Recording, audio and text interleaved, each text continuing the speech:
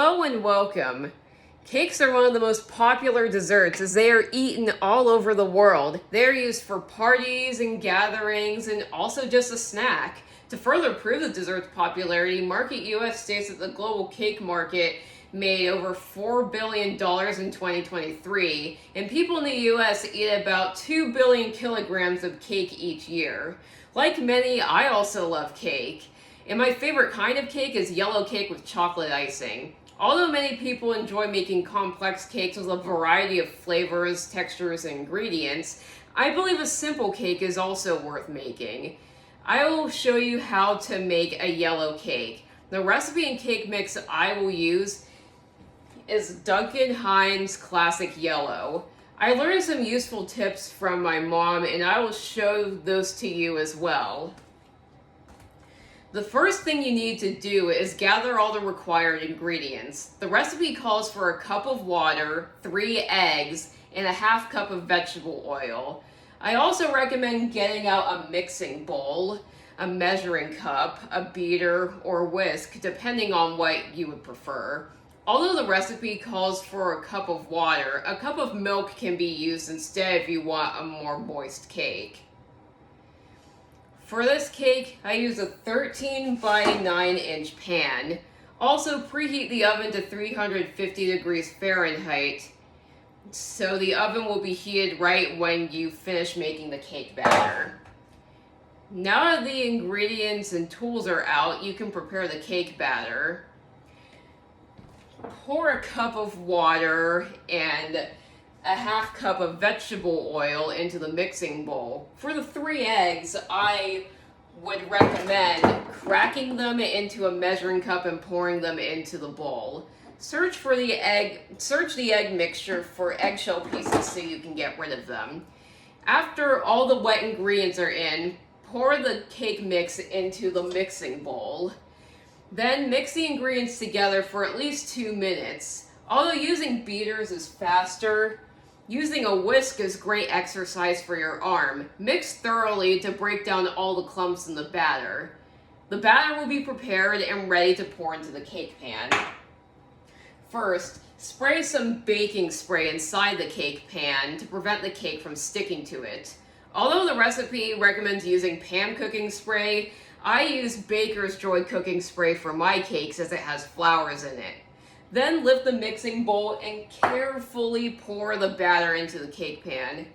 I recommend using a rubber spatula to knock the batter into the cake pan so it all goes in. Before baking the cake, I like to clean up the area and put my ingredients away. Also put the dishes in the sink so you can wash them later. Now you are ready to bake your cake. The oven should be fully preheated by this point. When dealing with the oven, use oven mitts. The oven is incredibly hot and using oven mitts can prevent you from burning yourself. Open the oven door and with the oven mitts on, lift the cake pan and place it into the oven. I recommend placing the cake pan on the middle rack of the oven to make the cake cook at a consistent speed without burning it.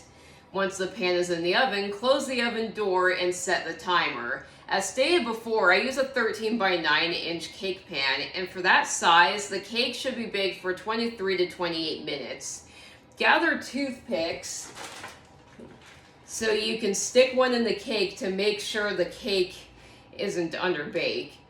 If the cake is underbaked after the timer went off, bake the cake for 5 more minutes. If the toothpick still doesn't come out clean, repeat this process until the toothpick comes out clean after being stuck in the cake. The cake is ready after being baked. When the cake is fully finished baking, use oven mitts and lift the cake pan out of the oven and onto a cooling rack. Let it cool for at least 30 minutes before you frost the cake. The reason I recommend waiting for the cake to cool before frosting it is because if you frost the cake while it's still warm, the cake is soft and easy to rip apart. Having the cake be cool and firm will make frosting the cake without ripping it much easier.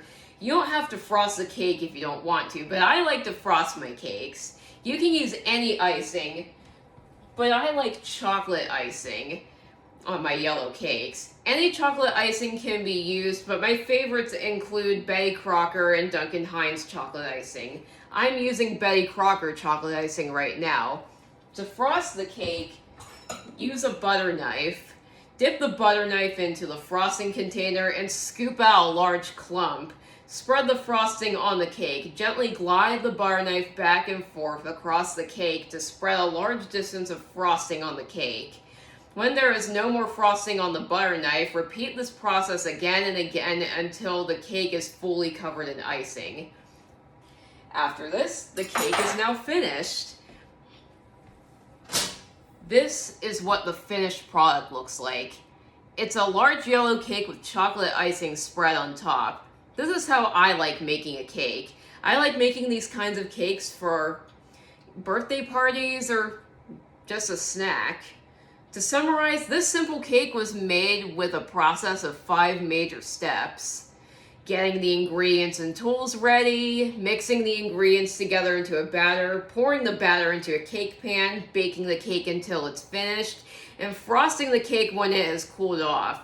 My family and I love these kinds of cakes, and now you know how to make them. These tips I offered you will hopefully assist you in make cake making easier. I hope you enjoy this recipe and use it to make a cake for yourself or your friends or family. Thank you for watching and listening. Goodbye. Have a good day.